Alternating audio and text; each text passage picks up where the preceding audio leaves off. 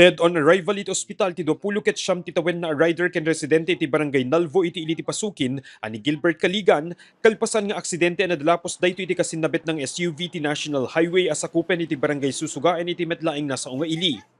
Iti investigasyon, ti biktima kitagturong iti amyanan a direksyon idinta masabet na iti ag-overtake nga SUV.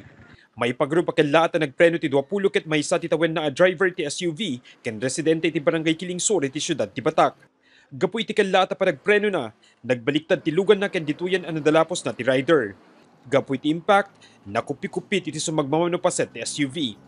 Angon met tinagbalbalinan ti motorsiklo, gapu tangan nganin agsabat iti manibela ken iti likodan na paset na.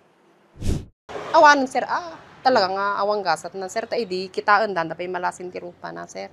Sa dalang amo nga taga Nalbo idi umedeg ka pamilya na sir. Kasi nagaburan ti DJ partes metlat motor na sir, tinay pandag kang kwa na kan Fortuner, iso nga narigatan dangan nang yaon ta nakapandag iso na sir. Especially nung time na po yun is medyo maulan-ulan at basa yung kalsada, madulas, yun nga po nangyari yung insidente. Based on our investigation po, liable po yung driver po ng SUV. So ang update nitong case is meron na po silang compromise agreement with the family of the victim po. So wala na pong kakasuhan? Yes po. So yung driver po ng Fortuner is na-release na po sa custody ng PNP. Malaksid na nakasuot ti helmet ti biktima idi mapasamak ti aksidente. Saan na nalasatan di tinakaro a sugat at sinagaba na, idinto ta saan met ang napakaruan ti driver ti SUV ken di dua pasaheros na. Idawdawat ti pulisya ti kanayon na panagananad kang runaanen ita pa nagtutudo gapot na nagalis ti kalsada. Kabayatan na maladingitan iti pamilya ti biktima iti kalaat nga ipupusay na.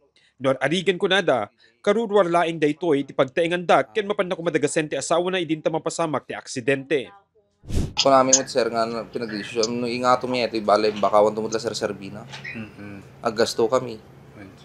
Bakawan tumutla malaalang. Narigat sir, nasakit.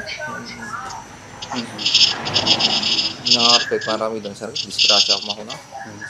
Numan pa inkari ti driver ti SUV ang mangipaay ti pinansyal at tulong iti pamilya ti biktima. Agkit daw day tinananay kumapay at tulong, kang runaan na tanaibati na iti walulaeng iti tawen na putot na.